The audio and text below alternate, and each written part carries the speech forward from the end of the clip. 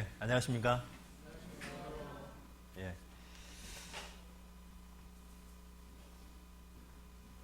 성경 제일 첫머리가 어떤 말씀으로 되어 있는지 아시죠?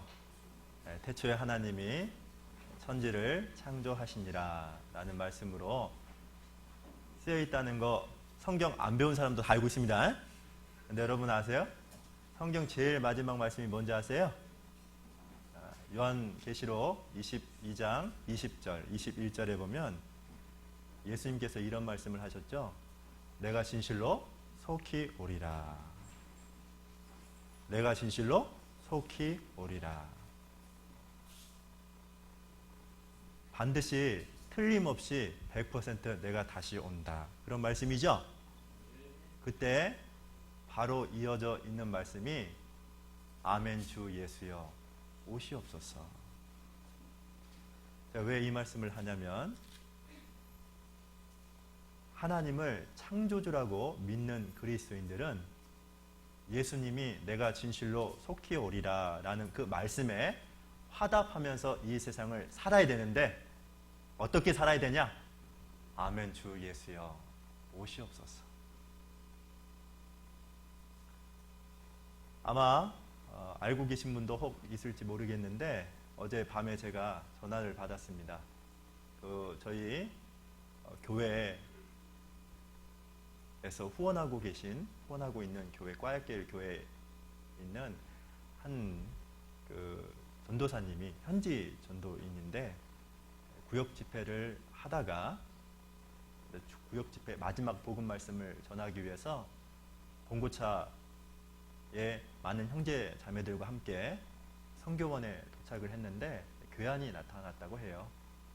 그래서 돈 있냐? 그리고 총을 내밀었다고 합니다. 뭐 돈이 있겠습니까? 그랬더니 그냥 쐈대요. 눈에 쏴서 그 자리에서 그 전도사님이 목숨을 잃고 또 그것을 이제 형제 자매들이 목도한 거죠. 그래서 지금 상당히 큰 충격 가운데 있다라는 소식을 들었습니다.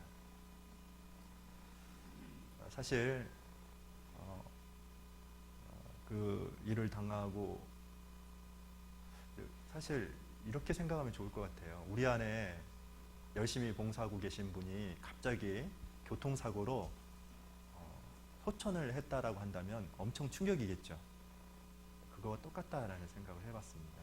아무쪼록 이런 사건을 계기로 해서 더욱더 우리 꽈야길 교회가 믿음 안에서 더욱더 주님 안에서 한 마음이 될 수 있도록 해주시고 복음이 더 활발히 증거될 수 있는 계기가 되었으면 하는 그 마음뿐입니다. 물론 그 헤스수라는 전도사님이 다시 이 땅에서 보지 못한다는 그런 아픔, 그런 슬픔은 당연히 있겠죠. 그러나 그것만 있는 게 아니죠. 그리스도인들은 그 이후에 하나님께서 하실 일을 생각하면서 어떤 극복할 수 있도록 기도 부탁드립니다. 잠깐 기도하고 시작하도록 하겠습니다. 살아계신 하나님 감사합니다. 속되고 썩어질 것에 마음을 두고 살던 저희가 세상을 창조하시고 이 만물을 다스리시는 하나님을 아버지라고 부를 수 있는 큰 은혜를 베풀어 주신 것을 감사합니다. 오늘도 주의 날을 맞이하여서 우리가 함께 주님을 찬양하고 하나님의 전능하신 말씀을 들을 수 있도록 육신의 건강과 저희들의 마음을 지켜주신 것 또한 감사합니다. 간절히 주님 앞에 구하옵는 것은 우리의 마음과 생각이 세상으로부터 더 구별되어서 하나님의 은혜에 올바로 반응하고 하나님의 복음의 역사에 자원하는 마음으로 더 힘있게 하나님의 능력으로 살아갈 수 있도록 하나님 도와주시옵소서. 연약하고 부족한 저희를 사용해 주셔서 하나님이 일하시고 하나님의 몸된 교회가 더욱더 든든히 커 나갈 수 있도록 하나님 도와주시옵소서. 특별히 어제 있었던 꽈역길 교회 안에 큰 충격적인 일로 인해서 행여 형제 자매들의 마음이 혹 좌절 혹은 낭망되지 않도록 도와주시고 더욱더 주님 안에서 한 마음이 되어서 복음이 활발히 증거될 수 있는 소중한 기회, 계기가 될 수 있도록 인도해 주시기를 간절히 원합니다. 하나님께서 그 아픔과 슬픔에 위로자가 되어 주셔서 모든 것을 잘 견디고 극복할 수 있도록 또한 도와주시옵소서. 특별히 저희들 계속해서 6월 15일부터 있는 대전도 집회를 위해서 함께 기도하고 있습니다. 하나님 최선을 다해서 하나님 그들에게 말씀 앞에 인도할 수 있도록 도와주시고 이로 말미암아 많은 분들이 말씀을 통해서 구원받고 오로지 하나님께 영광을 돌릴 수 있도록 역사해 주시옵소서. 말씀을 전하게 될 이영진 목사님 위에도 함께 해주시고 성령의 능력 가운데 진리의 말씀을 담대하게 선포할 수 있도록 도와주시옵소서. 오늘 부족한 자의 입술을 통해서 하나님의 말씀을 증거할 수 있는 기회를 주셨습니다. 오로지 사람의 말 경험이 아니라 성령의 충만함 가운데 주님의 말씀이 선포될 수 있도록 이 시간 함께 해주시고 무엇보다도 말씀을 듣고 있는 우리의 심령에 겸손함을 허락해 주셔서 끊임없이 많은 가르침 가운데 올바로 이 세상에서 반응하며 살아갈 수 있도록 도와주시옵소서. 저희를 사랑하시는 예수님 이름으로 감사하며 기도드렸습니다. 아멘. 네, 다 같이 누가복음 13장을 봅니다. 누가복음 13장 1절부터 9절까지 누가복음 13장 1절부터 9절까지인데요. 교독하겠습니다. 제가 홀수절 읽고 짝수절 우리 형제 자매님들이 읽고 마지막 9절 같이 읽도록 하겠습니다. 누가복음 13장 1절부터 9절입니다. 그때 마침 두어 사람이 와서 빌라도가 어떤 갈릴리 사람들의 피를 저희의 제물에 섞은 일로 예수께 고하니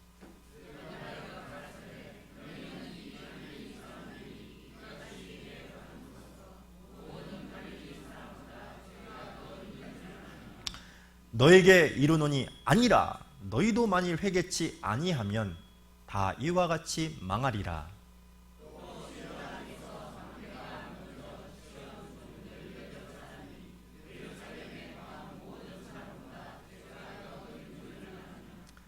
너에게 이르노니 아니라 너희도 만일 회개치 아니하면 다 이와 같이 망하리라.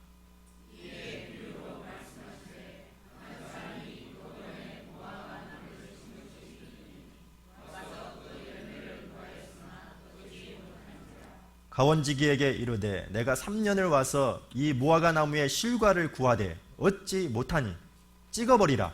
어찌 땅만 버리느냐.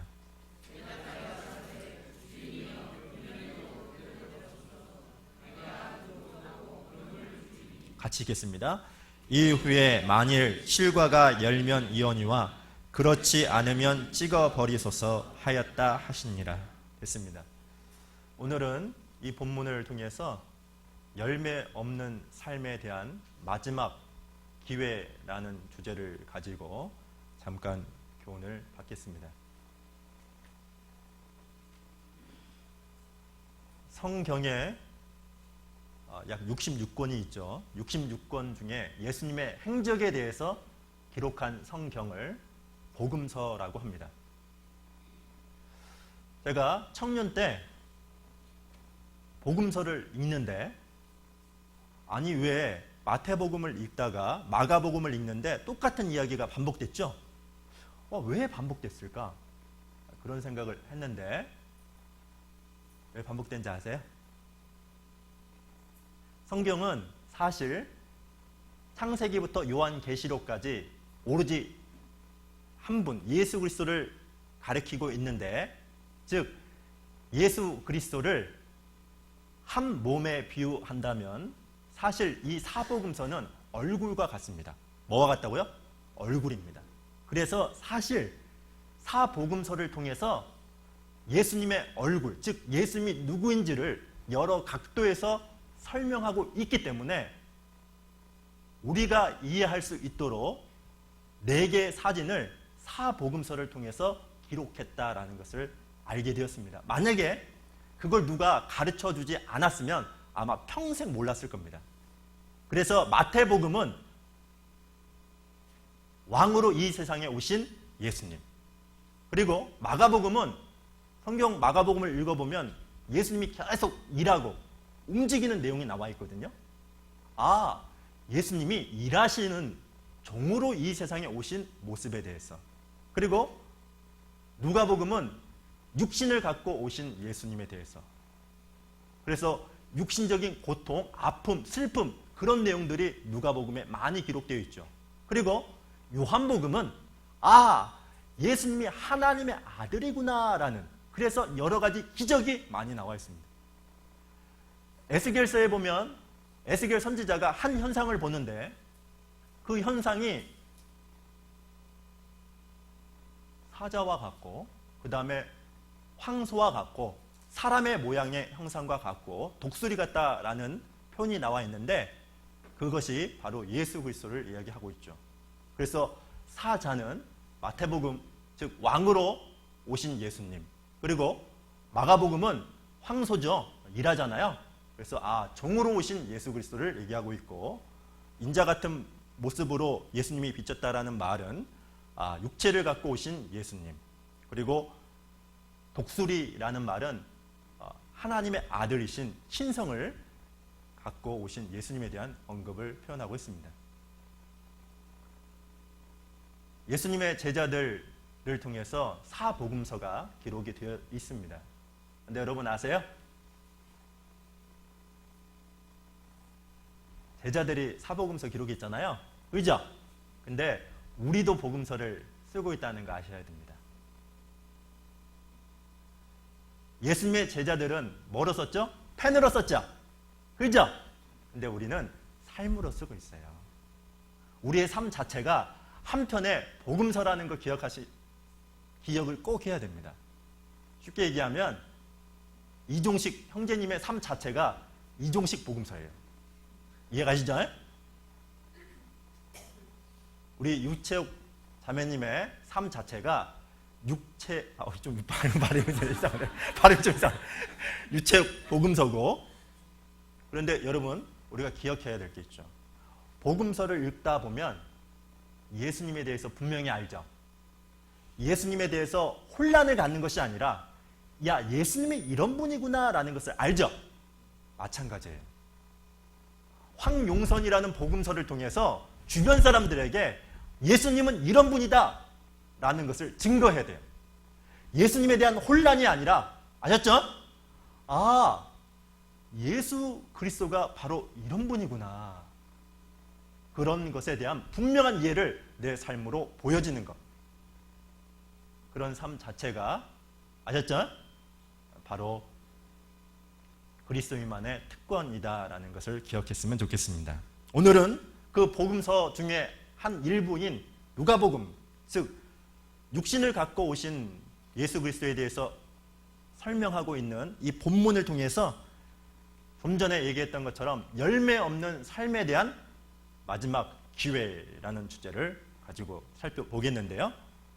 이 본문은 예수님께서 태어나신 곳이 어디죠? 베들레헴이죠. 그리고 예수님께서 자랐던 곳은 어디죠? 질문 안 하겠습니다. 나사렛이죠. 그래서 예수님을 나사렛 예수라고 합니다. 그러나 예수님이 어느 정도 성장하고 나서 이사를 갔어요. 이사를 갔는데 어디로 이사를 갔느냐? 울진군 후평원으로 이사를 간 것이 아니라 바로 가버나움이라는 곳에서 것으로 이사를 갑니다. 그래서 실제로 성경을 보면 가버나움이라는 곳에서 예수님이 행했던 기적 그리고 말씀들이 많이 나와 있어요. 아무튼 간에 중요한 것은 예수님께서 공생의 3년 반 동안에 마지막으로 유대 예루살렘으로 가는 도중에 했던 말씀이 본문입니다. 일단 여기 잡아놓고 누가복음 잠깐 보죠. 9장을 보겠습니다. 9장 51절을 보죠. 누가복음 9장 51절.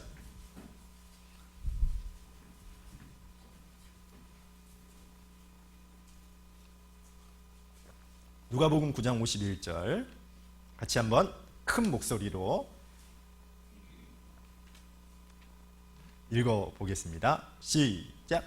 예수께서 승천하실 기약이 차감해 예루살렘을 향하여 올라가기로 굳게 결심하시고, 여기 보니까 예수님께서 이제 마지막으로 죽기 위해서, 즉 십자가라는 그 고난을 짊어지기 위해서 유대 예루살렘으로 가는 도중에 누가복음 13장 말씀이 있었던 겁니다.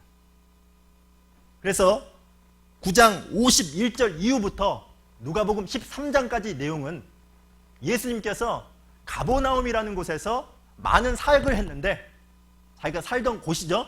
이제는 예루살렘을 향해서 하나님의 섭리와 뜻대로 그곳을 가는 도중에 있었던 말씀이죠. 근데 여기 보시면 51절에 예루살렘을 향하여 올라가기로 뭐라고 했다고요? 굳게 결심하시고. 왜 굳게 결심했을까요? 죽음이 기다리고 있지 않습니까? 고난이 기다리고 있죠? 그래서 결심이 필요했던 거예요. 근데 중요한 것은 죽음과 고난이 있음에도 불구하고 예루살렘으로 갔던 가장 큰 이유가 하나 있죠. 본문에. 뭐죠? 승천. 뭐라고요? 승천 때문에 그래요. 부활과 승천이 있기 때문에 간 거예요. 자, 히브리서를 잠깐 보죠. 히브리서 12장을 보죠.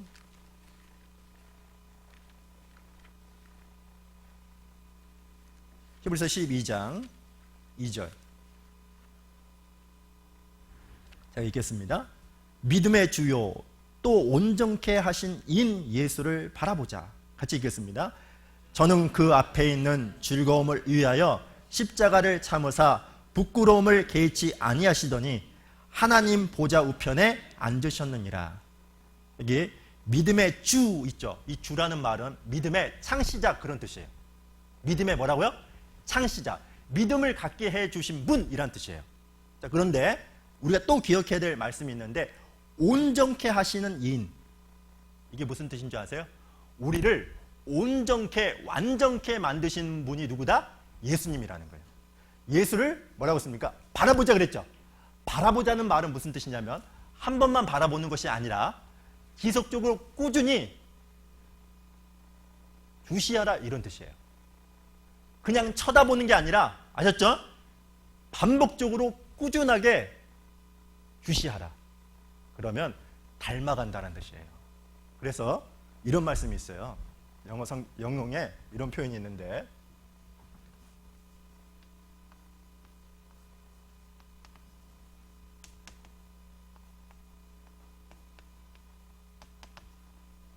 한 분의 외국 사람이 오셨기 때문에 영어 한번 썼습니다. Beholding is becoming 이런 뜻이죠. 제가 번역할게요. 어렵지 않아요. 이것은 beholding이라는 것은 바라보라는 거예요. 바라보면 becoming 그렇게 된다는 거예요. 우리가 예수 그리스도를 바라보면 그냥 한 번 쳐다보는 것이 아니라 꾸준하게 지속적으로 주시하면, 여러분 아세요? 예수 그리스도를 닮아가요.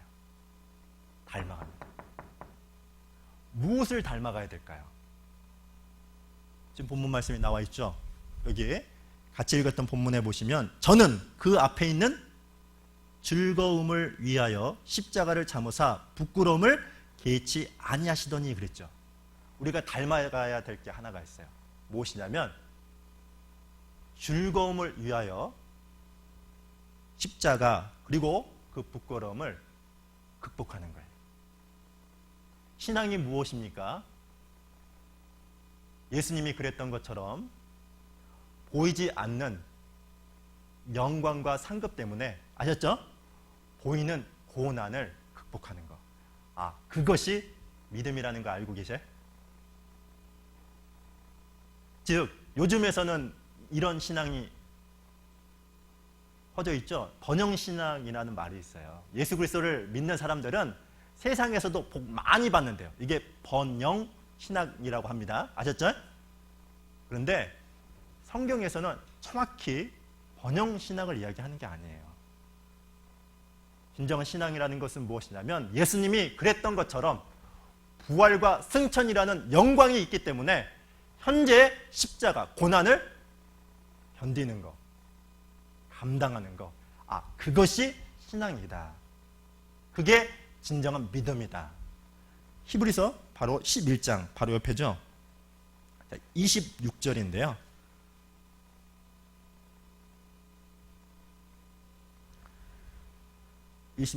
제가 읽겠습니다. 먼저 24절에 보시면 믿음으로 모세는 장성하여 바로의 공주의 아들이라 칭함을 거절하고 도리어 하나님의 백성과 함께 고난받기를 잠시 죄악의 낙을 누리는 것보다 더 좋아하고 26절 같이 읽겠습니다. 그리스도를 위하여 받는 농욕을 애굽의 모든 보화보다 더 큰 재물로 여겼으니 이는 상 주심을 바라봄이라. 이게 믿음이라는 거 알고 계십니까? 상 주심 때문에 애굽의 모든 보화를 포기하는 것, 그리스도를 위하여 받는 능욕을 기꺼이 감당하는 것, 그게 무엇입니까? 그게 진정한 믿음이에요.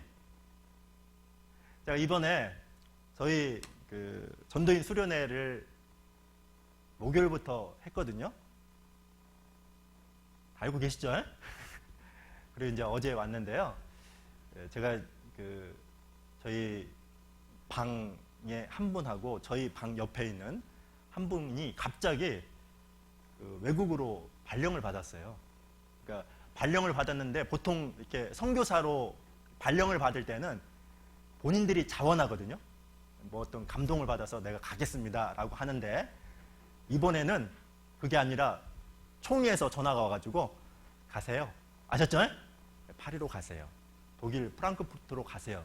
이랬답니다. 근데 전에는 그런 말 안 했는데요. 이번에 있는 모든 방 안에 있는 목사님들이 뭐라고 한지 아세요? 목사님 축하합니다. 그랬어요. 왜 그랬을까요? 왜 축하합니다 라고 보통 이렇게 얘기했을까요? 신앙이라는 것은 무엇인지 아세요?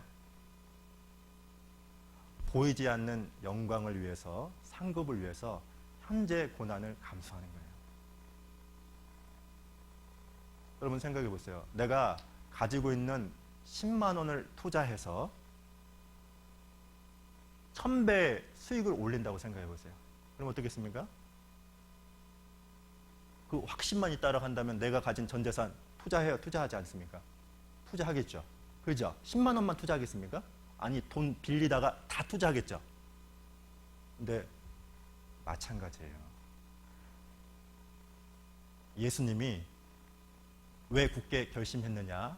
물론 결심한 가장 큰 이유는 십자가, 고난, 죽음이 있기 때문에 그래요. 그러나 나갈 수밖에 없었던 궁극적인 동기부여가 무엇이었냐? 부활 승천이에요. 영광, 상급이 있었단 말이에요. 그게 신앙이라는 걸 알고 계십니까? 찬송가 중에 이런 찬송이 있죠.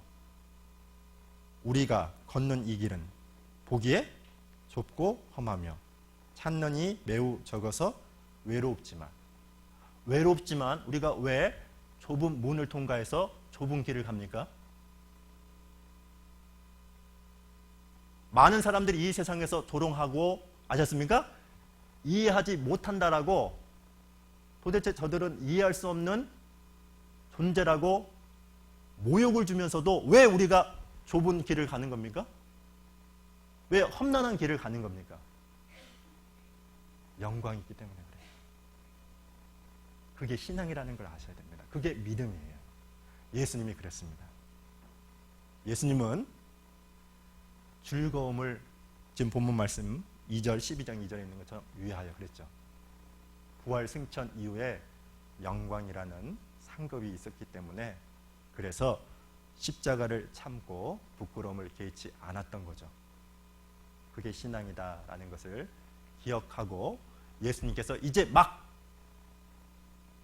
가버나움을 떠나서 죽기 위해서 그 부활과 승천, 영광을 생각하면서 가는 도중에 했던 말씀이 바로 누가복음 13장이다라는 것을 기억하고 다시 돌아가서 다시 13장을 보시면 1절에 이런 말씀이 있죠. 13장 1절 그때 마침 두어 사람이 와서 빌라도가 어떤 갈릴리 사람들의 피를 저희의 제물에 섞은 일로 예수께 고하니 그리고 6절에 보시면 이에 비유로 말씀하시되 그랬죠. 13장 1절에 보시면 그때 마침 어떤 한 사건을 이야기하다가 갑자기 6절에 보시면 이에 비유로 말씀하시되 그랬죠. 그러니까 사건을 통해서 한 비유를 교훈을 이야기했는데 이 말은 연결되어 있다는 겁니다. 그런데 여기 보시면 우리가 보통 성경을 보면은 나무만 보잖아요. 아셨죠? 근데 숲을 볼 줄 알아야 되는데 예수님께서 이 본문 얘기를 다 들어보면 설교했던 게 아니에요. 뭐라고요?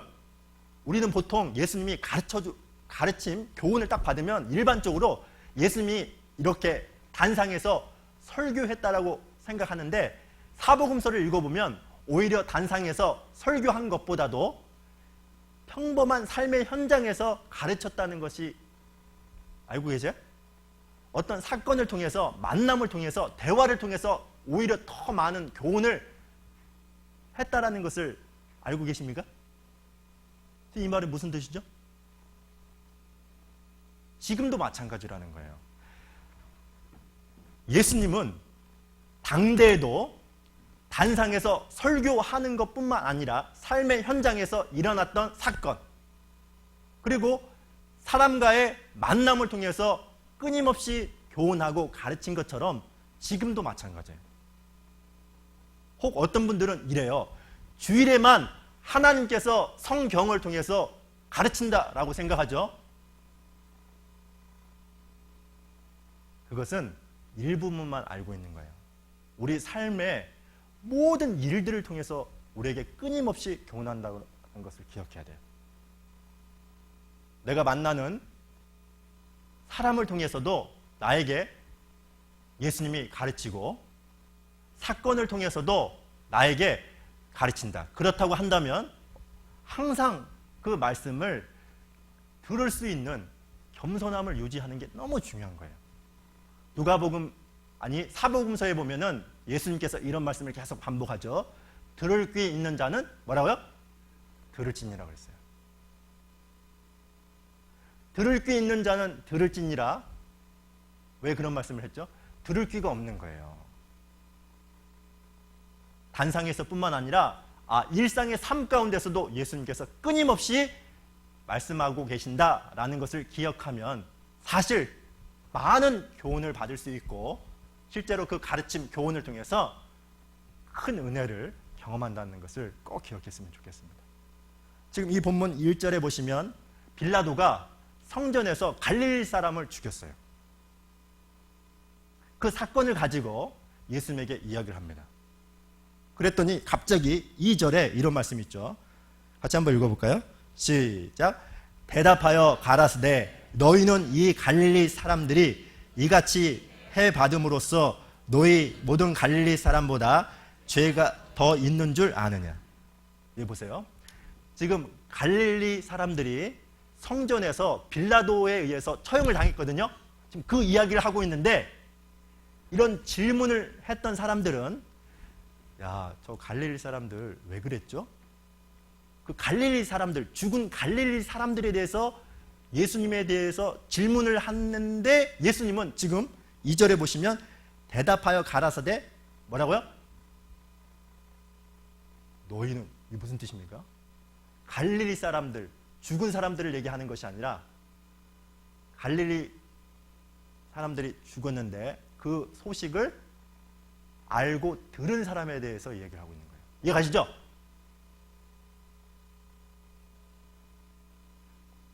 여러분, 무슨 얘기냐면요, 우리 주변에 많은 불행도 있고 재난도 있어요.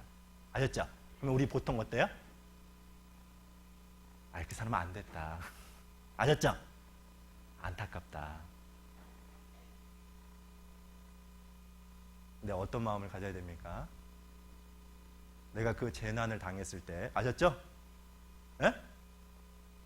내가 그 불행을 경험했을 때 정말 지금 당장 죽어도 하나님 앞에서 떳떳한가, 항상 자신을 바라보라는 거예요. 대답하여 가라사대 너희는 그랬죠. 내 주변에 있는 질병, 사고, 재난을 통해서 항상 자신이 먼저 성찰해라. 자신을 먼저 살펴라. 그런 뜻이에요. 그러면서 동시에 지금 여기 나와 있죠. 3절에 보면 너에게 이르노니 아니라 너희도 만일 회개치 아니하면 다 이와 같이 망하리라. 무슨 얘기입니까? 예수님 당시에는요, 이런 불행을 당하면 일반적으로 어떤 생각을 갖고 있었냐면, 어떤 사고방식에 빠져 있었냐면 불행을 당했어요. 갑자기 빌라도에 의해서 갈릴리 사람들이 처형을 당했죠. 심지어는 망대에서 떨어져서 18명이 죽었어요. 그러면 보통 예수님 당시에는 야, 저 사람들 죄가 많아서 그래. 큰 불행을 당한 가장 큰 이유는 죄가 겁나게 많아서 그런 거야 라고 생각했어요. 아셨죠? 예수님은 그것을 지금 이야기하고 있는 겁니다. 그 사람들이 큰 죄가 많아서 불행을 당한 것이 아니다. 아셨죠? 이 말은 무슨 뜻입니까? 죄가 그들이 없다라는 말을 한 것이 아니라 큰 죄가 있어서 재수 없는 사건, 사고를 경험한 것이 아니다. 중요한 것은 무엇이냐면 너도 그럴 수 있다는 겁니다. 회개치 않으면, 너희도 회개치 않으면 이와 같은 불행, 재난, 그것이 너에게 임할 수 있어. 그것을 기억하라는 거죠.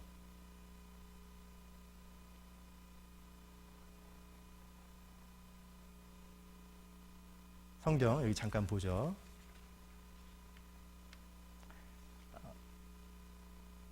잠언 29장 잠깐 보겠습니다.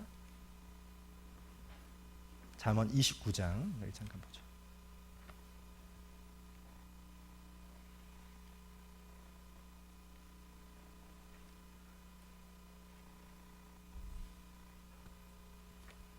잠언 29장 1절 같이 한번 29장 1절을 같이 한번 읽죠. 시작. 자주 책망을 받으면서도 목이 곧은 사람은 갑자기 패망을 당하고 피하지. 왜 이 사람이 갑자기 패망을 당했죠? 갑자기 패망을 당한 이유가 있어요. 왜 그랬죠?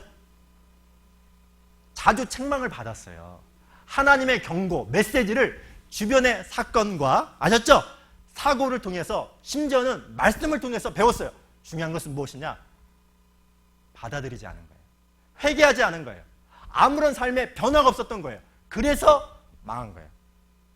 끊임없이 과정이라는 책망의 시간들이 있음에도 불구하고 목이 고름으로 말미암아 아무 생각 없이 살았기 때문에 그래서 패망을 당한 거예요. 여러분 기억해야 될 게 하나 있는데, 회개하지 아니하면 너희도 이와 같이 망하리라. 여러분 생각해 보세요. 가끔 이런 경우가 있죠. 자, 예전에 눈이 엄청 많이 내렸는데 내리다가 점심을 약속했거든요. 근데 이거 가야 되나 말아야 되나. 약속은 했는데 중요한 것은 눈이 엄청 내려요. 그래도 약속을 했으니까 가자. 그리고 봉고차를 타고 갔어요. 근데 기가 막힌 건 무엇이냐면 앞에 있는 사람 이제 제 눈을 이제 봉고차를 타고 가는데 앞에 있는 차가 빙판길이죠. 그래서 부딪혔어요. 그럼 제가 어떻게 했어요? 어떻게 했어요? 아니, 앞에 있는 차가 부딪혔다는 말은 무슨 뜻이죠? 나도 부딪힐 수 있다는 말이지 않습니까? 그죠? 그죠? 그래서 돌아갔어요. 지금 무슨 얘기냐면, 여보세요? 내가 지금 전쟁터에 있어요. 전쟁터에 있는데 중요한 것은 무엇이냐면 옆에 있는 전사가 총에 맞았어요. 그러면 그게 무슨 뜻이죠? 나도 맞을 수 있다는 거예요. 그죠? 그죠? 여러분, 여러 가지 재난이 있고 사고가 있고 질병이 있어요. 우리 주변에. 그렇죠? 네, 여러분 꼭 기억해야 될 게 하나가 있어요. 그것을 통해서 먼저 자신을 성찰하고 살피고 언제든지 나에게 그런 일이 일어날 수 있다라는 것을 기억하고 내가 정말로 주님 앞에서 아셨죠? 올바른 관계를 맺었는지 정말로 회개했는지 회개에 대한 합당한 열매를 맺고 있는지 먼저 생각해야 돼요. 근데 일반적으로 우리는 안 그러죠. 그리고 나서 예수님이 한 비유를 들었어요. 누가복음 아까 본문에 가시면 6절입니다.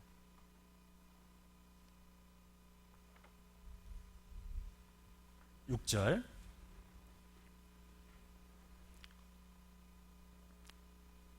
자, 읽어볼게요. 이에 비유로 말씀하시되 1절부터 5절에 있는 내용을 쉽게 설명하기 위해서 비유를 든 겁니다. 그 비유가 무엇이냐면 한 사람이 포도원에 무화과 나무를 심은 것이 있더니 와서 그 열매를 구하였으나 얻지 못한지라. 7절 같이 읽죠. 과원지기에게 이르되 내가 3년을 와서 이 무화과 나무에 실과를 구하되 얻지 못하니 찍어버리라. 어찌 땅만 버리느냐. 자, 이 보십시오. 이게 한 사람이 등장하죠. 포도원의 주인이에요. 바로 이분은 하나님을 얘기하는 거죠. 성부 하나님을 이야기하는 거고, 그리고 포도원이 있죠. 포도원은 가나안 땅을 의미하는 거예요. 그리고 무화과 나무가 나와 있죠. 이스라엘을 상징하고 있고, 그리고 가원지기는 누구냐? 누굴까요? 예수 그리스도예요. 아셨죠? 즉, 이 말은 무슨 뜻이냐면 가나안 땅이라는 경작할 수 있는 좋은 땅을 이스라엘 사람들이 거할 수 있도록 하셨어요. 그죠? 그걸 누가 하셨습니까? 하나님이 한 거죠. 그리고 거기를 관리하는 과원지기가 있는데 누구라고요? 예수님이에요. 그런데 여러분 우리가 꼭 기억해야 될 게 있는데 포도원에 무화과 나무를 왜 심죠? 열매죠. 당연하죠. 열매 때문에 포도원에 심는 거잖아요. 중요한 것은 무엇이냐면 황무지나 버려진 땅이 아니라 포도원에 심었다는 게 중요해요. 무슨 얘기예요? 열매 맺을 수 있는 가장 최적의 조건, 환경이라는 거예요. 그랬죠? 근데 중요한 것은 무엇이냐면 열매가 없는 거예요. 열매가 없어요. 농부는 왜 포도원에 무화과 나무를 심죠? 열매를 얻기 위해서 심는 거죠. 근데 열매가 없어요. 여러분 아세요? 우리도 똑같아요. 우리는 포도원, 이 포도원이 무엇입니까? 교회예요. 복음의 메시지가 전해지고 있는 예수 그리스도가 살아있는 교회 안에 우리가 거했어요. 그죠? 이 말은 열매 맺을 수 있는 최적의 상태, 조건, 그 포도원에 우리가 있다는 말이에요. 무화과 나무는 우리 자신을 얘기하는 거예요. 중요한 것은 무엇이냐? 열매 맺고 있느냐는 거예요. 지금 이 본문에 보시면 우리가 기억해야 될 하나님의 호된 소리를 들어야 돼요. 그 음성이 뭐냐면 소리가 무엇이냐면 찍어 버리라. 어찌 땅만 뭐라고요?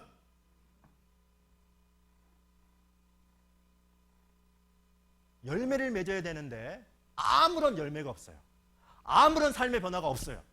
우리가 구원받은 이유가 무엇입니까? 우리 안에 새 생명이 심겨지고 중요한 것은 포도원이라는 교회 안에서 우리가 신앙을 유지하며 살아가는 가장 큰 이유가 무엇입니까? 다른 게 아니라 열매입니다. 열매 때문에 우리가 교회 안에 머문 거예요. 버려진 땅이 황무지가 아니라 충분히 열매를 맺을 수 있는 좋은 환경에서 우리가 신앙을 유지하며 살아가고 있어요. 우리가 보통 이러잖아요. 여기 성경 한번 보죠. 성경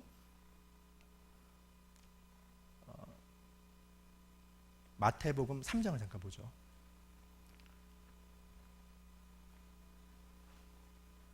마태복음 3장 10절이죠. 바로 앞인데요. 마태복음 3장 10절. 같이 10절을 읽죠. 시작. 이미 도끼가 나무 뿌리에 놓였으니 좋은 열매 맺지 아니는 나무마다 찍어 불에 던지우리라. 좋은 열매 맺지 아니하는 나무마다 찍어 불에 던지우느니라. 이 말씀은 반드시 열매 맺지 않으면 하나님께서 심판하시겠다는 말이에요. 어찌 땅만 버리느냐. 무슨 뜻이냐? 우리는 일반적으로 이러죠. 도덕적으로, 윤리적으로 죄를 짓는 것만 하나님 앞에서 악한 것이라고 생각하죠. 그죠? 성경에서 죄가 뭔지 아세요? 열매 맺지 않는 거예요. 아무런 변화가 없어요. 구원받았다고 하는데 중요한 건 뭐냐? 똑같아요. 하나님은 포도원이라는, 아셨죠? 충분히 열매를 맺을 수 있는 환경을 끊임없이 제공하고 있음에도 불구하고 아무 변화가 없어요. 여기 성경 로마서를 잠깐 보죠. 7장입니다. 7장 4절이요.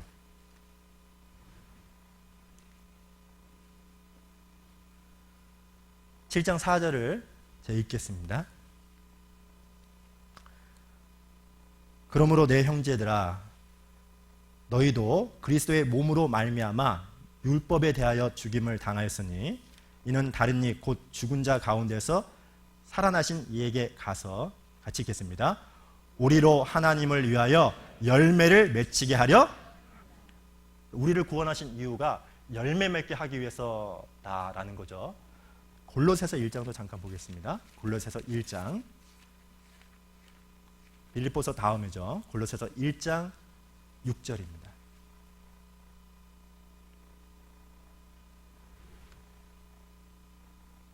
(1장 6절)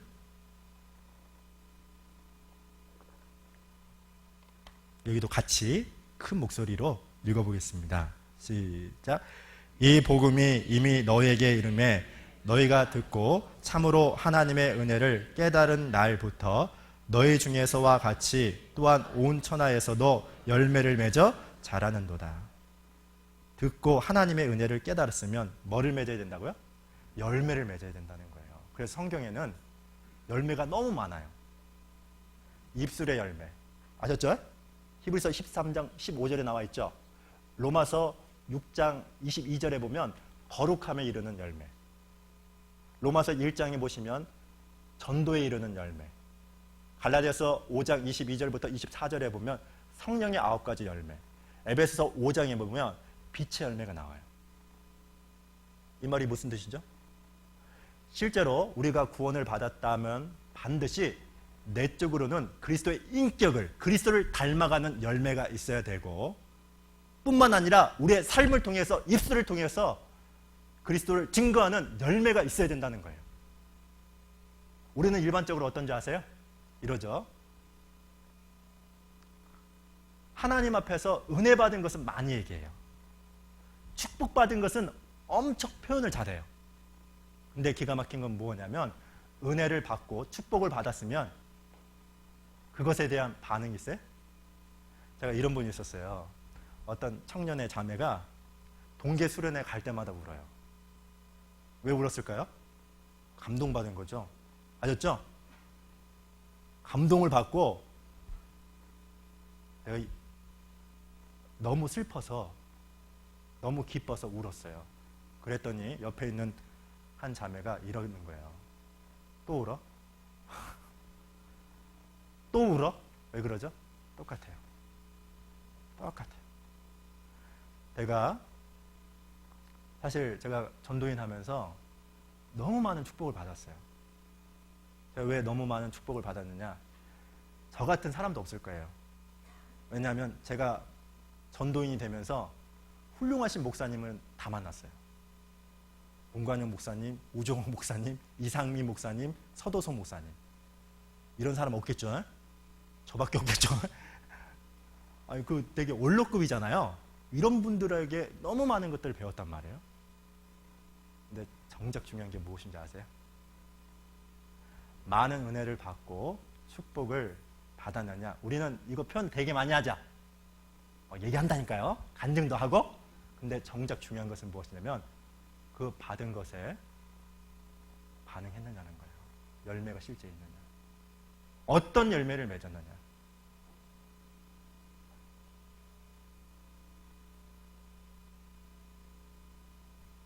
마태복음 25장에 보면요, 하나님께서 달란트 비유를 얘기하시죠. 하나님이 어떤 사람에게는 5달란트, 어떤 사람에게는 2달란트, 어떤 사람에게는 1달란트를 줬어요. 자, 2달란트 받은 사람이 있어요. 2달란트를 딱 받았는데 이 사람이 기분이 나빠요. 왜요? 왜요? 하나님 왜 저에게는 2달란트만 줘요? 저 사람 5달란트를 줬는데 저에게 3달란트 더 주세요 라고 얘기한 게 아니죠. 중요한 것은 무엇이냐면 달란트는 다 달라요. 중요한 것은 본문에서 정말 중요한 것은 무엇이냐면 받은 달란트에 따라서 얼만큼 남겼느냐. 이게 중요한 거예요. 얼만큼 열매를 맺었느냐. 여러분, 이 시간 하나님이 나타나서 여러분에게 야, 너 포도원에서 내가 지금까지 길렀는데 어떤 열매를 맺었니? 라고 물어보면 당당하게 얘기할 수 있는 게 있어요? 여러분, 열매 맺지 않는 것이 뭐라고요? 죄예요. 어찌 땅만 버리느냐. 어찌 땅만 버리느냐. 놀라운 것은 무엇이냐면 하나님이 제가 능력이 없어요. 능력이 없음에도 불구하고 직분이라는 은혜를 더했어요. 기가 막힌 건 무엇이냐면 내가 이 직분을 얻었다가 중요한 게 아니에요. 직분을 통해서 그 직분이라는 은혜를 통해서 얼만큼 열매가 맺었냐, 어떤 결과를 맺었느냐, 이게 중요한 거예요. 근데 참 어리석잖아요. 철부지 같은 신앙을 유지하면요, 받은 것만 얘기한다니까요.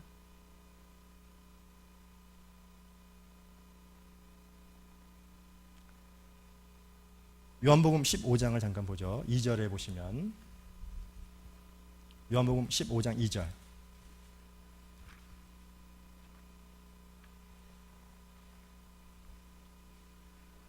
요한복음 15장 2절입니다.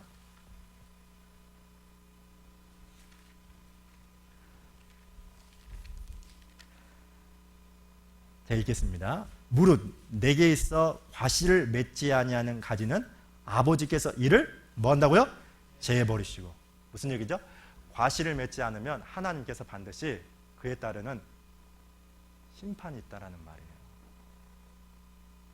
왜 포도원에 무화과나무를 심었다고요? 열매예요. 열매예요. 근데 여러분 아세요? 우리가 이 시간 왜 신앙을 유지할 수 있었죠? 우리가 열매를 맺었기 때문에 신앙이 유지된 게 아니라는 것을 꼭 기억해야 돼요. 누가복음 13장을 보세요. 누가복음 13장 8절을 보세요.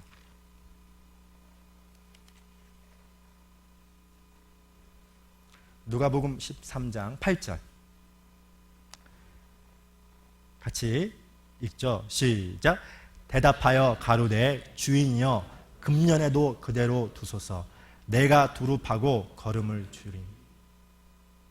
우리가 열매 맺는 삶을 살았기 때문에 지금 내가 신앙을 유지하며 건강한 모습으로 존재하는 것이 아니라 누구 때문에 그래요? 과원직이 예수 그리스도의 중보기도 때문에 그래요. 여기 보세요. 대답하여 가로되 주인이여. 뭐라고요? 금년에도 그대로.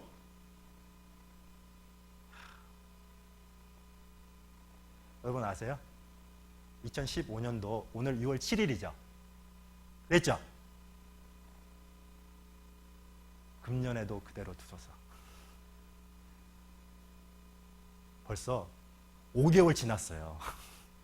아셨죠? 5개월 지나면서 오늘까지 내가 생존할 수 있는 가장 큰 이유는 바로 예수 그리스도의 중보기도였어요. 예수님이 지금도 항상 살아서 저희를 위하여 간구하십니다라고 히브리서 7장 25절에 나와 있는데, 그분이 끊임없이 우리 한 사람 한 사람을 위해서 기도했기 때문에 여기 나와 있는 것처럼 주인이여 금년에도 그대로 두소서. 아셨죠? 그 예수님이 막아섰기 때문에 그래서 오늘 산다는 거 아세요?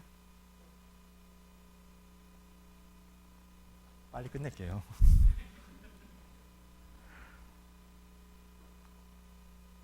근데 더 기가 막힌 게 있어요. 보세요. 금년에도 그대로 두소서. 그리고 뭐라고 했죠? 뭐라고 했죠? 내가 두릅하고 걸음을. 이게 무슨 얘기죠? 예수님이 열매 맺기 위해서 몸부림을 치고 있는 거예요. 그죠? 여기 보세요. 내가 두릅하고 걸음을 줄이니 라고 했던 것처럼 어떻게든지 열매 맺기 위해서 하나님 앞에서 자신이 막아서서 금년에는 그대로 두세요. 그리고 또 하나, 내가 두릅하고 걸음을 주겠다.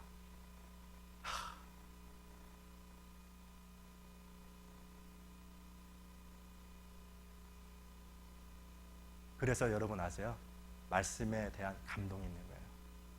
우리가 가끔씩 신앙생활 하다 보면 형편없는 나의 모습을 보거든요. 내가 이렇게 살면 되나? 아셨죠? 적당히 세상과 타협하면서 살아가는데 순간순간마다 말씀을 통해서 딱 그렇지. 야, 이렇게 살면 안 되지. 그런 감동. 아셨죠? 간증을 통해서 교훈을 받아요. 왜 받죠? 예수님이 내가 두릅하고 걸음을 줄이니라는 예수님이 활동하고 있기 때문에 그래요. 그래서 이사야 26장을 보세요. 이사야 26장 11절인데요.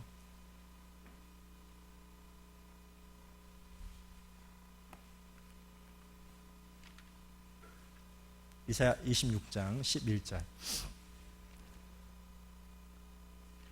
자, 읽어볼게요. 여호와여 주의 손이 높이 들릴지라도 그들이 보지 아니하다니다마는. 같이 읽겠습니다. 백성을 위하시는 주의 열성을 보면 부끄러워할 것이라. 불이 주의 대적을 사르리이다. 이 백성을 위하시는 주의 열성을 보면 뭐 한다고요? 부끄러워한다고 그랬죠. 사실 이 백성 대신에 자기 이름 집어넣어도 틀린 말은 아니에요. 황용선을 위하시는 주의 열성을 보면 부끄러워할 것이다. 왜 그러죠? 두릅파서 걸음을 줘서 열매 맺게 하기 위해서 몸부림을 치고 있어요. 예수님. 그래서 우리가 감동을 받고 말씀에 대한 이해, 깨달음, 그리고 감격하는 거예요. 내 입으로 마음 중심에서 하나님을 찬양하는 거예요.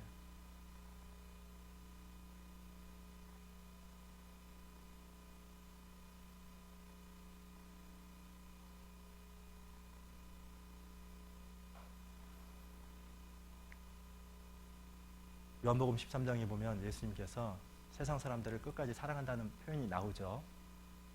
그리고 가룟 유다 그리고 11명의 제자들과 함께 최후의 만찬을 하셨어요. 그 중에 예수님이 뜻밖의 얘기를 하죠. 너희 중에 하나가 나를 뭐 한다고 했어요? 팔리라 그랬어요. 그 말을 들었어요. 누가 들었죠? 가룟 유다가 들었죠. 이미 예수님을 팔려는 생각을 가진 가룟 유다가 들었죠. 너희 중에 하나가 나를 팔리라. 그러면 어떻게 돼요? 그 앞에 꼬꾸라져서 예수님 제가 잘못했어요. 이렇게 얘기해야 되잖아요. 그죠? 근데 기가 막힌 건 무엇이냐면 아무 반응이 없어요. 아무 반응이 없다는 거예요. 기가 막힌 건 뭔지 아세요? 내가 떡을 주는 자가 나를 팔리라 해서 떡을 줬어요. 아셨죠? 그게 누구였어요?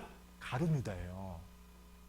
근데 이 떡을 준다는 말이 그 당시에 어떤 풍습이냐면, 우리 가끔씩 삼겹살 먹다가 싸서 상추에 고기를 쌓고 된장을 바르고, 그리고 뭐 넣었지? 마늘 넣어가지고 이렇게 사랑하는 사람 주죠? 그죠? 그 표현이랍니다.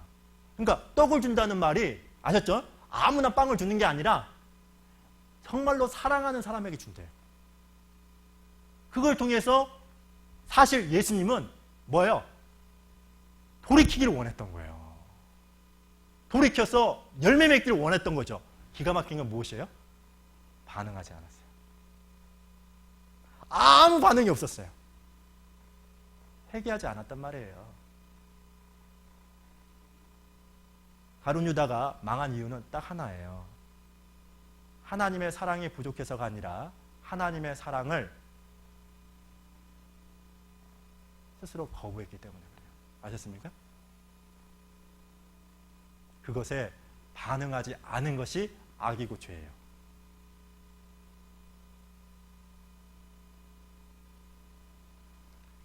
요한계시록 2장을 잠깐 보죠. 요한계시록 2장 21절입니다. 요한계시록 2장 21절.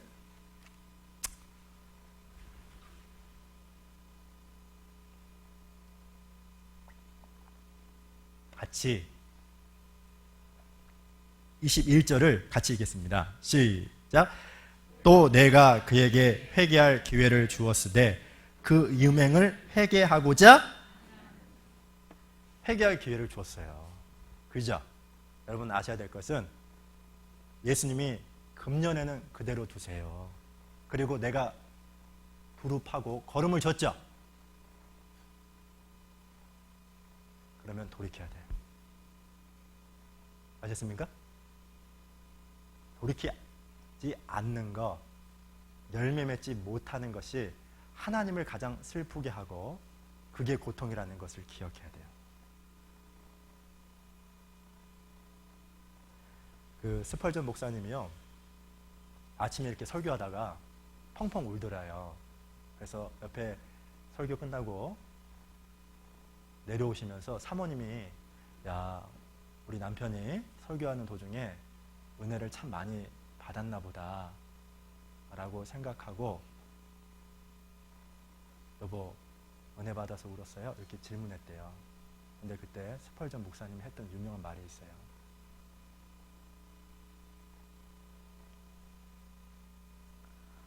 하나님의 은혜는 너무 큰데 내 마음이 무디고 내 마음이 변하지 않고 내 마음이 인색에서 슬퍼서 운다라고 했습니다. 하나님의 은혜는 너무 큰데 내 마음은 그 은혜에 반응하지 못할 정도로 무뎌 있고 내 마음은 아무 변화가 없고 인색하지 못해서 슬퍼서 운다. 사도 바울은 이런 말씀을 했죠. 고린도전서 15장 10절에 보시면 나의 나 된 것은 하나님의 은혜로 된 것이다. 그래서 반응했어요. 어떤 반응을 했죠? 내가 모든 사도보다 더 많이 수고했다. 그래서 전도의 열매를 맺었지 않습니까? 그리스도의 인격을 닮아가는 성령의 9가지 열매를 맺었지 않습니까? 누가복음 13장 아까 본문으로 가시면요.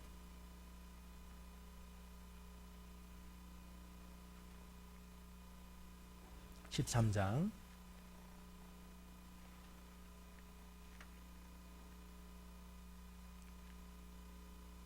13장 9절을 그렇죠? 같이 한번 읽어볼까요? 시작. 이후에 만일 실과가 열면이오니와 그렇지 않으면 찍어버리소서 하였다 하시니라.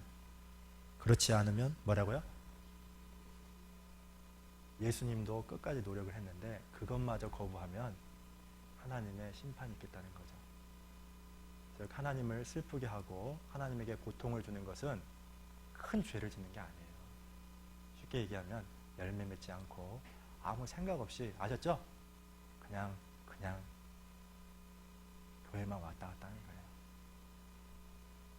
열매 맺는 삶 자체가 신앙생활이에요. 제가 어떤 목사님께서 시를 하나 썼더라고요. 제목이 뭐냐면 날마다 성장하게 하소서, 열매 맺게 하소서 라는 시였는데 너무 감동이 됐어요. 읽어볼게요. 시인처럼. 시는 물론 아니지만, 지난 일에 만족하는 교만함에서 벗어나게 하소서. 해야 할 일을 미루는 게으름에서 벗어나게 하소서. 모든 것을 다 알고 있는 듯한 착각에서 벗어나게 하소서. 세상과 타협하여 어쩔 수 없다는 핑계에서 벗어나게 하소서. 매일의 유혹에서 벗어나게 하시고 날마다 새롭게 하소서. 성장케 하소서. 열매 맺게 하소서.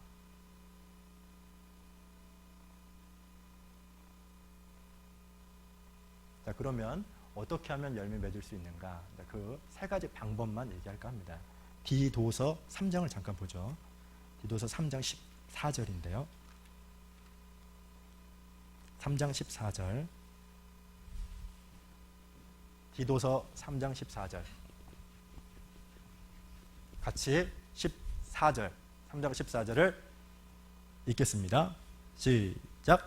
또 우리 사람들도 열매 없는 자가 되지 않게 하기 위하여 필요한 것을 예비하는 좋은 일에 힘쓰기를 배우게 하라. 자, 열매 없는 자가 되지 않게 하기 위하여 그랬죠. 이 말은 무슨 뜻이냐? 열매를 맺어야 된다는 거예요. 아셨죠? 이중 부정을 통해서 강한 긍정. 아셨죠? 열매 맺기 위해서 우리가 해야 될 게 있다는 거죠. 힘써, 여기 나와 있는 것처럼 좋은 일에 힘쓰기를 배우게 하라 그랬죠. 시간 지나면 저절로 되는 것이 아니라 열매 맺기 위해서 힘쓰기를 배우게 하라 그랬어요. 힘써야 된다는 거죠. 노력을 해야 된다는 거죠. 그 첫 번째가 무엇인가? 그 세 가지를 배울 건데, 시편 51편을 먼저 보겠습니다. 시편 51편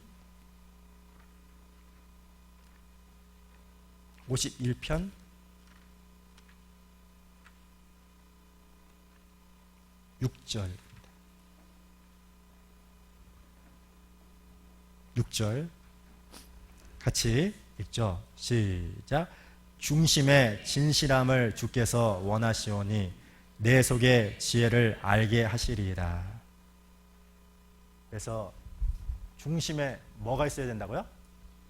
진실함이 있어야 된다고 했잖아요.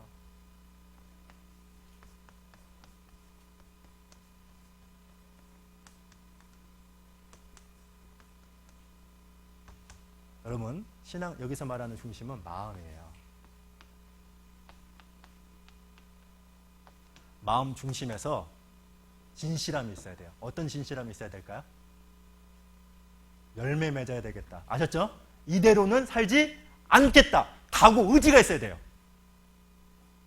여러분 생각해 보세요. 실제 있었던 일인데요.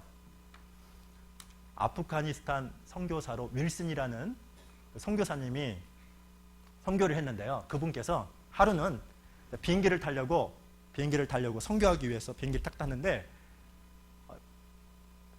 이제 안전벨트 다 맸고 비행기 문간이 딱 닫히고, 그리고 그 비행기 그 다리 있잖아요. 그거까지 딱 떠나고 출발을 하려고 하는데 갑자기 어떤 사람이 창문을 보니까 허겁지겁 달려오더래요. 달려오더래요. 근데 이 사람이 갑자기 문을 두드리면서 열어주세요 그러더래요. 그랬더니 자기 바로 옆에 있는 스튜디오스가 지금 오면 어떻게 비행기를 탈 수 있냐고 절대 문을 안 열어주더래요. 그러니까 이 사람이 더 큰 소리로 열어줘요 그러더래요. 어쩔 수 없이 너무 큰 소리로 외치니까요, 이 스튜디오스가 문을 딱 열어줬어요. 문을 열어주고 그 사람이 기내 복도로 딱 들어섰어요. 근데 알고 봤더니 이 사람이 누군지 아세요? 조종사야. 조종사야.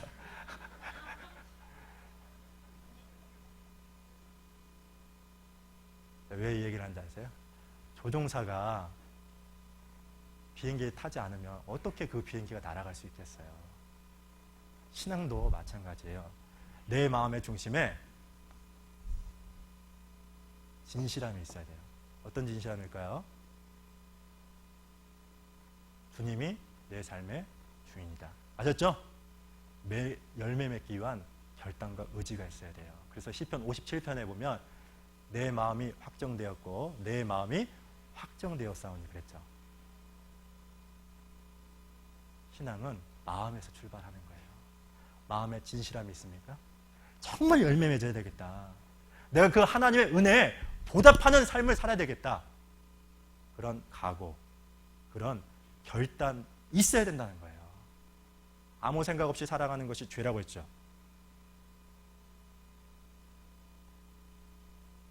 그리고 두 번째, 성경 요한복음 12장이죠. 요한복음 12장 24절입니다.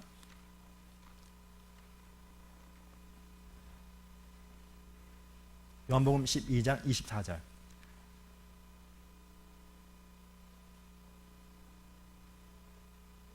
요한복음 12장 24절 같이 읽죠. 시작.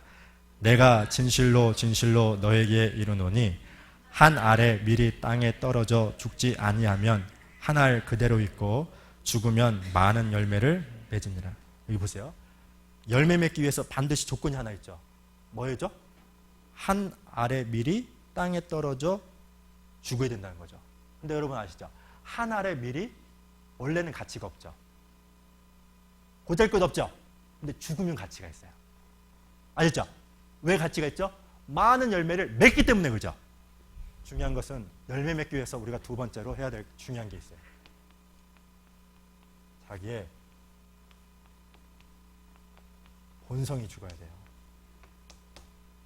사도 바울도 이런 고백을 했죠. 날마다 죽노라. 내가 죽어야 돼요. 내가 죽어야 돼요. 내가 죽는다는 말은 우리 육체의 본성이 죽어야 되는데 우리 본성은 어떻죠? 항상 이기적이란 말이에요. 자기만 생각해요. 아셨죠? 우리 육체의 본성은 어떻죠? 끼리끼리라니까요. 자기 좋아하는 사람 좋아하고 자기를 싫어하는 사람은 싫어해요. 우리 육체의 본성은 어떻죠? 게을러요. 쉬고 싶단 말이에요. 쉬고 싶으면 자고 싶어요. 그게 우리의 본성이에요. 우리는 쉽게 비난하고 판단해요. 우리는 기가 막힌 건 무엇이냐면 나와 관련된 일에는 수고해요. 아셨죠? 희생하죠? 근데 기가 막힌 건 무엇이냐면 주님의 일에는 수고하는 것을 싫어해요. 이게 우리의 육체의 본성이에요. 이게 죽어야 돼요. 이게 죽어야 돼요. 자, 보세요. 한 알의 밀이 사실 가치가 없죠. 보잘것 없는 거죠. 그러나 그것이 언제 가치가 있다고요? 죽으면 그래요. 왜 죽으면 가치가 있을까요? 많은 열매를 맺기 때문에 그래요. 그래서 사도 바울이 날마다 죽노라 그랬던 것처럼 열매 맺기 위해서 마음 깊이 새겨야 될 게 무엇이냐면 항상 죽자. 맞죠? 내가 죽으면 그리스도가 나를 다스린다는 것을 기억해야 돼요. 내 계획을 포기하고 내 생각을 저버리면 예수님이 내 삶을 계획하고, 아셨습니까? 예수님이 나의 삶을 통해서 활동하신다는 걸 기억해야 됩니다. 그래서 갈라디아서 6장을 보겠습니다. 갈라디아서 6장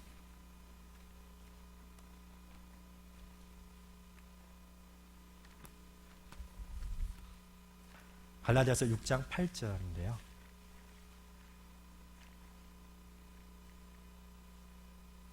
갈라디아서 6장 8절을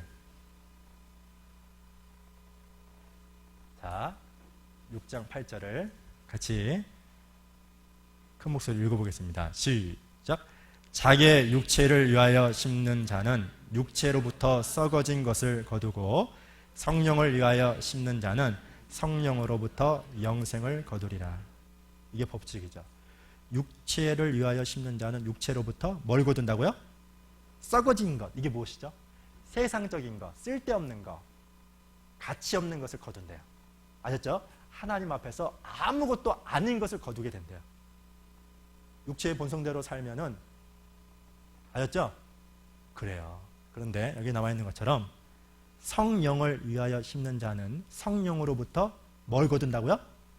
여기 영생이라는 말은 영생, 문자 그대로 영생뿐만 아니라 영원한 것을 이야기하는 거예요. 내가 죽고 내 안에 성령이 활동하면 영원한 것을 거둔다는 것을 기억해야 돼요. 그래서 마음 중심의 진실함.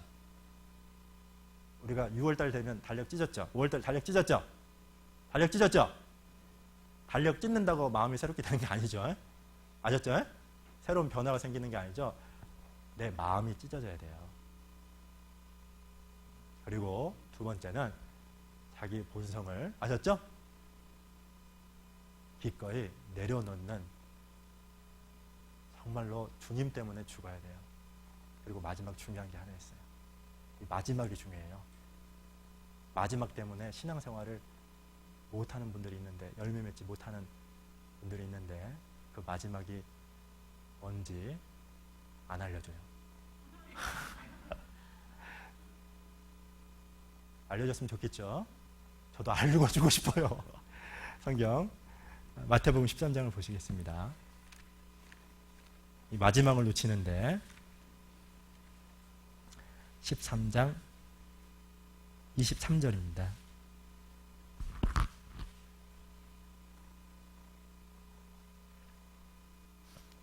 (13장 23절) 읽어볼게요.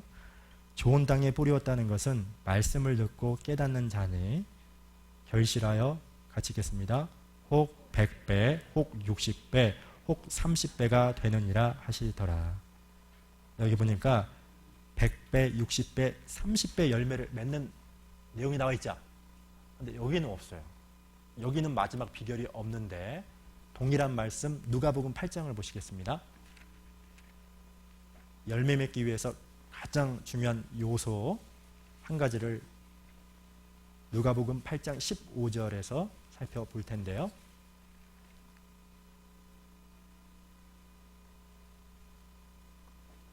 자, 15절입니다.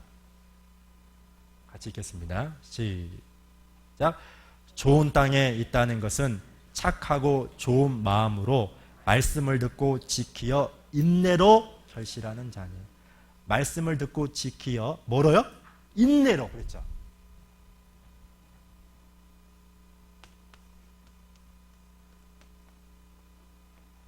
모내기를 했잖아요. 그죠? 모내기를 하면은 바로 추수하는 게 아니죠. 기간이 있죠. 시간이 있죠. 그죠? 그동안의 농부가 인내하면서 어때요? 돌보죠. 똑같아요. 열매 맺기 위해서 제일 중요한 것 중에 하나가 무엇이냐면 견디는 거예요. 인내하는 거예요. 제가 예전에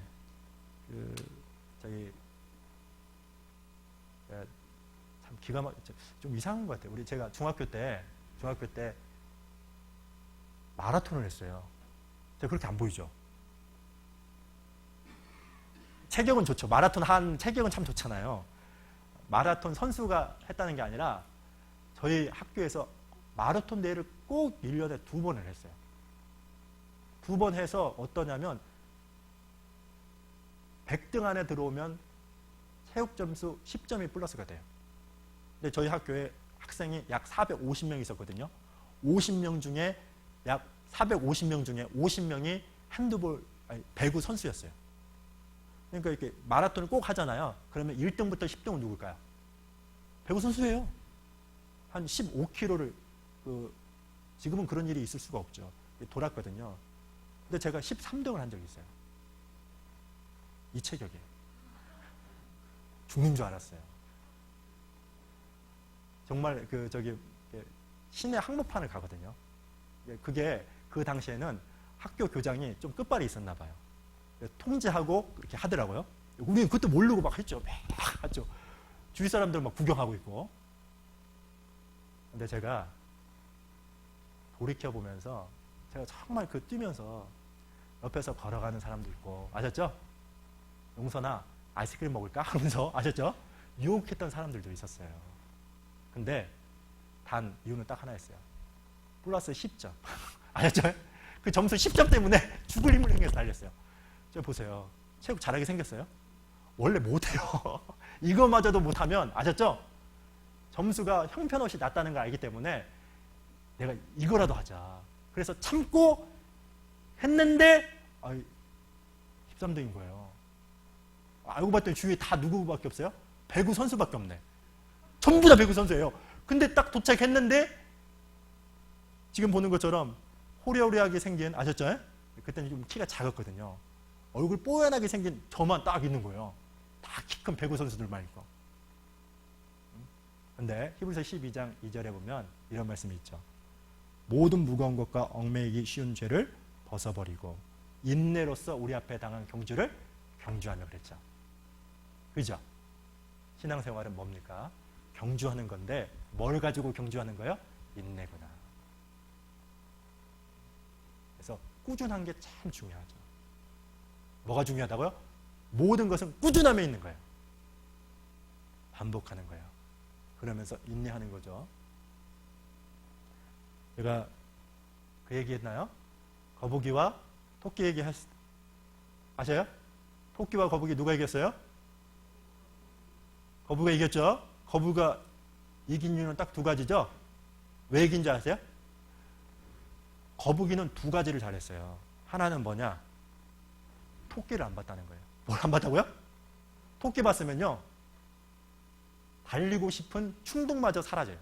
이해가시죠? 왠지 아세요? 본인은 1분 해야 1m 가는데, 아셨죠? 이 친구는 0.5초 만에 1m를 가요. 기가 막히죠? 포기하고 싶은 충동이 났겠죠? 거북이가 봤던 게 뭔지 아세요? 토끼를 본 게 아니라 결승점을 봤다는 게 중요해요. 이해가시죠? 그리고 거북이가 잘했던 게 또 하나가 있죠. 뭐죠? 꾸준하다. 결승점을 향해서 꾸준하게, 비록 더딘다 할지라도. 그래서 이긴 거예요. 신앙생활도 마찬가지죠. 어떻게 하면 열매를 맺을 수 있습니까? 어떻게 하면 그리스도의 인격이 내 안에 심겨져서 입술로, 삶을 통해서 나타나고, 그리고 그리스도를 전하는 전도의 열매가 맺힐까요? 사실 기가 막힌 것은 무엇이냐면 우리가 몰라서 그런 게 아니에요. 아셨어요? 몰라서 그런 것이 아니라 알고 있음에도 불구하고 뭘 알고 있느냐? 끊임없이 내가 성경을 묵상해야 되겠다. 말씀을 읽어야 되겠다. 기도를 해야 되겠다. 그래야 하나님과 친밀해질 수 있다. 근데 기가 막힌 것은 무엇이냐면 포기해요. 포기한단 말이에요. 왜요? 세상의 유혹 때문에 쉽게 포기한단 말이에요. 그래서 아무 열매가 없는 거예요. 아무 변화가 없는 거예요. 그래서 그 모습 그대로인 거예요. 마지막으로 요한복음 15장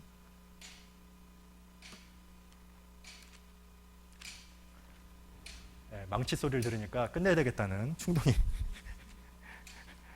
요한복음 15장 8절 8절인데요. 같이 읽어보겠습니다. 시작. 너희가 과실을 많이 맺으면 내 아버지께서 영광을 받으실 것이요 너희가 내 제자가, 이게 신앙생활이라는 것을 기억해야 돼요. 아셨어요? 하나님께 어떻게 영광을 돌릴 수 있죠? 열매 맺는 것이라고 했죠. 그죠? 열매 맺으면 주변의 사람들이 야! 그리스도의 제자구나.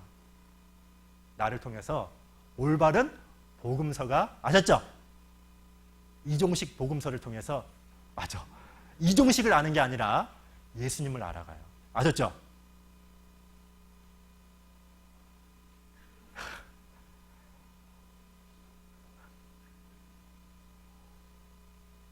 그래서 오늘 열매 없는 삶에 대한 마지막 기회라는 주제를 가지고 누가복음 13장을 살펴봤는데 한번 생각해 보세요. 내가 정말 열매 맺고 있는지.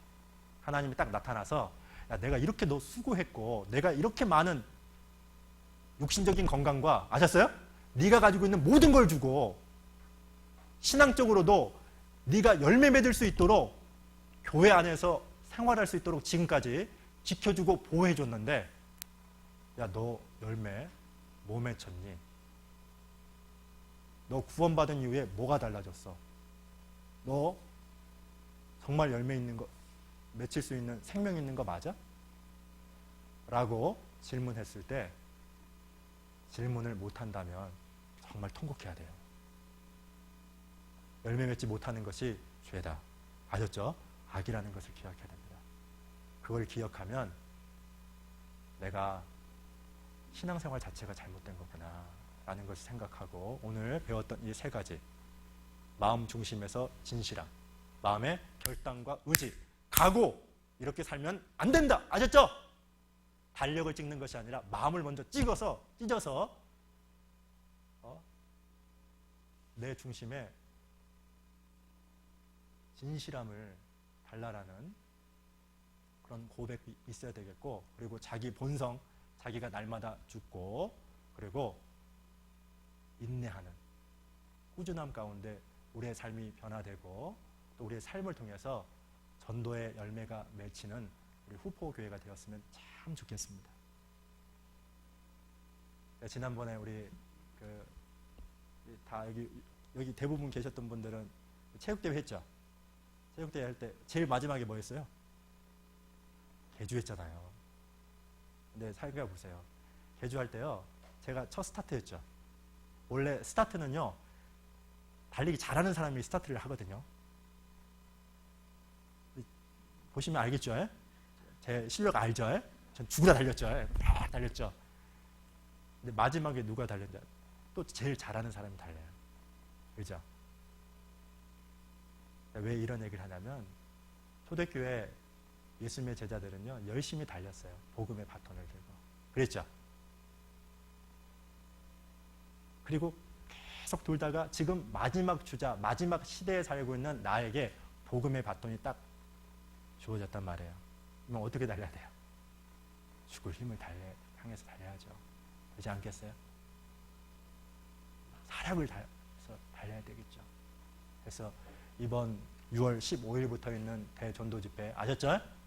정말 마지막이다라는 생각을 가지고 함께 집회를 준비하는 그런 시간들이 되었으면 참 좋겠습니다. 네, 잠깐 기도하고 마치도록 하겠습니다. 살아계신 하나님 감사합니다. 오늘 누가복음 13장을 통해서 우리 삶에 어떤 열매를 맺고 있는가에 대한 교훈을 배웠습니다. 하나님, 우리는 너무나도 연약합니다. 세상의 유혹은 끊임없이 우리의 신앙을 망쳐놓고 적당한 모습으로 세상과 타협하면서 살아가게 하고 또 우리 육신의 안일함으로 인해서 마땅히 해야 될 바를 하지 못할 때가 참 많이 있습니다. 그럼에도 불구하고 우리의 신앙이 유지되고 성장할 수 있도록 오늘 주일의 말씀을 통해서 이 앞에 앉아서 하나님의 교훈을 들을 수 있도록 인도해 주셔서 감사합니다. 하나님, 저희들을 변화시켜 주시고 저희들의 삶을 통해서 그리스도라는 열매가 맺혀질 수 있도록 하나님 늘 도와주시옵소서. 오늘 또한 오후에 구역별로 야외 교제가 있습니다. 아무쪼록 그 모임 가운데 하나님이 함께해 주셔서 하나님을 중심으로 해서 유익하고 즐거운 시간 될 수 있도록 아무 사고 없이 모든 일정을 마무리하고 오로지 하나님께 영광을 돌리는 귀한 모임 될 수 있도록 인도해 주시옵소서. 이후의 모든 일정 주 성령님께 의지하면서 저희를 사랑하시는 예수님 이름으로 감사하며 기도드렸습니다. 아멘.